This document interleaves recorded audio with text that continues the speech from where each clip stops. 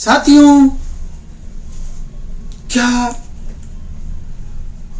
आप जानना चाहेंगे कि अचानक कोई हट्ठा कट्ठा बिल्कुल तंदुरुस्त, जिसे आप अभी बात किए हैं और आप उसे अच्छी तरह से जानते हैं, और अचानक सुनने में आ रही है कि उसकी डेथ हो गई।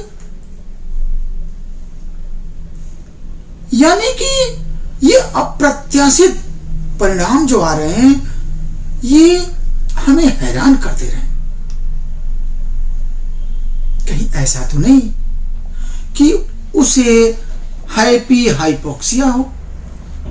जी हां, मैं बात कर रहा हूं कि कोरोना के दूसरे वेरिएंट में लगभग 5% से ज्यादा लोगों की जो मौत हुई है वो ड्यू टू हैप्पी हाइपोक्सिया।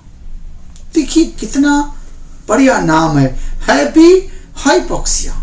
यानी कि आप तो मस्त हैं कि मुझे तो कुछ नहीं है, मैं तो हट्टा कट्ठा जवान हूं, बिल्कुल फिट हूं, लेकिन अचानक आपकी मौत हो जाती है। साथियों, मैं डॉक्टर एस.बी. तिवारी कल्याण जी आज आप लोगों को इसी हैप्पी हाइपोक्सिया पे एक महत्वपूर्ण जानकारी देने जा रहा हूं, और सचमुच में ये बहुत महत्वपूर्ण जानकारी है। आप इसे एक एक शब्दों पर ध्यान दीजिएगा। मैं इसका कारण और निवारण भी बताऊंगा, बचाव भी बताऊंगा। तो साथियों, आपकी जानकारी अपने साथ साथ अपने शुभ चिंतकों के लिए भी बहुत महत्वपूर्ण हो सकती है, क्योंकि इस समय जो माहौल चल रहा है, जो संकट है, इसमें एक एक अगर सटीक जानकारी हो तो जिसे हम अपना के अपने साथ साथ लोगों का भी भला कर सकते हैं। तो आइए हम हैप्पी हाइपोक्सिया के बारे में आपको बहुत ही महत्वपूर्ण जानकारी देते हैं। क्या आपको आपके शरीर में अचानक ऑक्सीजन का लेवल घटने लगता है और कार्बन डाइऑक्साइड का लेवल बढ़ने लगता है? आपको जरूरी नहीं है कि आपको कोविड पॉजिटिव ही हो। कभी कभी क्या होता है कि हल्के पुल्के के लक्षणों में भी अचानक आपके सांस भी नहीं फूलती है, लेकिन ऑक्सीजन का लेवल कम हो जाता है। अब आपको थोड़ी सी मैं बता दूं कि हैप्पी हाइपोक्सिया कहते क्यों हैं। हैप्पी मतलब खुश हैं आप मस्त हैं कि मुझे कुछ नहीं है, मैं तो बिल्कुल फिट हूं, लेकिन अंदर ही अंदर आपके ऑक्सीजन का लेवल कम हो रहा है और कार्बन डाइऑक्साइड का लेवल बढ़ गया है, लेकिन आपको उससे कोई परेशानी नहीं हो रही। जब वो किसी आर्गन को डैमेज कर देता है, या तो मल्टी आर्गन डैमेजिंग प्रोसेस में जा रहा है वो, या सिंगल आर्गन को डैमेज कर रहा है, जैसे लंग्स को, फेफड़े को, किडनी को, माइंड को, जब वो कुछ परसेंटेज डैमेज कर लेता है तब आपको उसका एहसास होता है।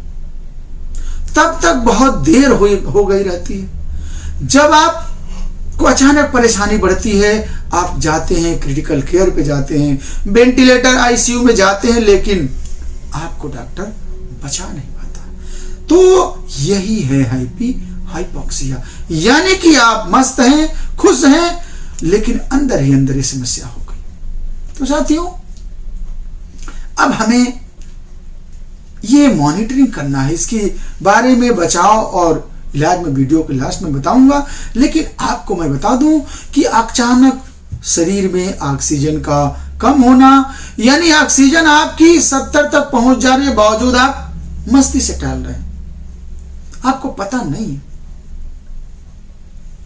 इसके साथ ही साथ कभी कभी तो ऐसा भी होता है कि आप जो है बिल्कुल फिट होकर टहल रहे हैं, लेकिन अचानक क्या होता है कि अब आपके ऑक्सीजन का लेवल कम हुआ और कार्बन डाइऑक्साइड का बढ़ा, तो किसी पार्ट पे, जैसे शरीर के जो वाइटल ऑर्गन है, से मुख्य रूप से सबसे ज्यादा जो प्रभावित कर रहा है वो हमारे लंग्स को, तो लंग्स को वो डैमेज कर दिया।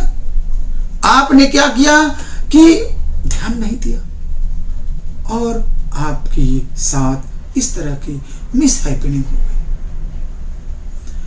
और एक महत्वपूर्ण बात आपको मैं ये भी बता दूं कि ये जब होता है तो आपको आभास भी नहीं होता। एहसास ही नहीं होता कि मुझे इस तरह की समस्या हो भी गई है। साथियों, ये कितना अजीब सा समस्या है ना। अब हमें करना क्या है? देखिए दोस्तों, कहा जाता है कि अग्र सोची सदा सुखी। आपको इस समय बिल्कुल भी लापरवाही नहीं बरतनी है। इस कोरोना रूपी दुश्मन के साथ बिल्कुल मजबूती से खड़ा रहना है।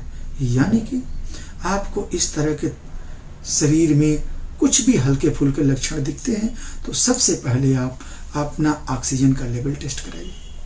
अगर आपके ऑक्सीजन का लेवल कम आ रहा है तो आप हर हालत में आप उसको बढ़ाने की कोशिश करिए। अब बढ़ाने का उपाय मैं आपको बता रहा हूं। सबसे पहली चीज क्या है कि आप अपने आप को हिट रखिए, टोन रखिए। मैंने बहुत पहले जानकारी अपने कई योगा और दवाओं के द्वारा आपको बताया है, लेकिन आप फिर से बता रहा हूं कि सबसे पहले एक छोटी सी बात है कि आप अपने सांसों को रोकिए। आप अपनी देखिए कि हमारी कैपेसिटी क्या है। अगर आप सांस ठीक ठाक रोक ले रहे हैं, 40 सेकेंड, 50 सेकेंड, 1 मिनट आपकी क्षमता है तो ठीक है, कोई बात नहीं, आप सही हैं। ऑक्सीजन का लेवल चेक किया, आपका ऑक्सीजन 94-95 से ऊपर आ रहा है, कोई दिक्कत नहीं। आपको नियमित अपना योग प्राणायाम करिए और इसके साथ साथ खान पान बिल्कुल इस समय मैं बता रहा हूं कि 5 लीटर से कम पानी मत पीजिए। खूब बढ़िया नींद लीजिए और आपको इसके साथ ही साथ प्रॉपर तरीके से अपने ऑक्सीजन को मॉनिटर करते रहना। अब देखिए इसका इलाज क्या है। इलाज दोस्तों बहुत ही सरल है, कोई घबराने की बात नहीं। आपने अपना ऑक्सीजन लेवल चेक किया, कुछ घरेलू चीजें की, उससे बढ़ गया, नहीं बढ़ रहा है तो आप अपना सपोर्ट ले लीजिए, थोड़ा सा मैनेजमेंट करा लीजिए। और इसके साथ साथ मैं आपको बहुत ही महत्वपूर्ण बात बताने जा रहा हूं। ये मेरी 5-6 दवाएं आप घर में रख लीजिए और मैं उसका यूज आपको शॉर्टली बता दे रहा हूं। आप उसको ध्यान में रखिए और अगर कोई दिक्कत हो तो डॉक्टर एसपी तिवारी सदैव आपके साथ है। आपको मैं एस्पिडोस्पर्मा के बारे में बता चुका हूं, बेनेडियम के बारे में बता चुका हूं, कार्बोवेज के बारे में बता चुका हूं, आर्सेनिक के बारे में बता चुका हूं, डिजिटैलिस के बारे में बता चुका हूं और आपको क्रिटिगस और अर्जुना, ये 2 दवाएं।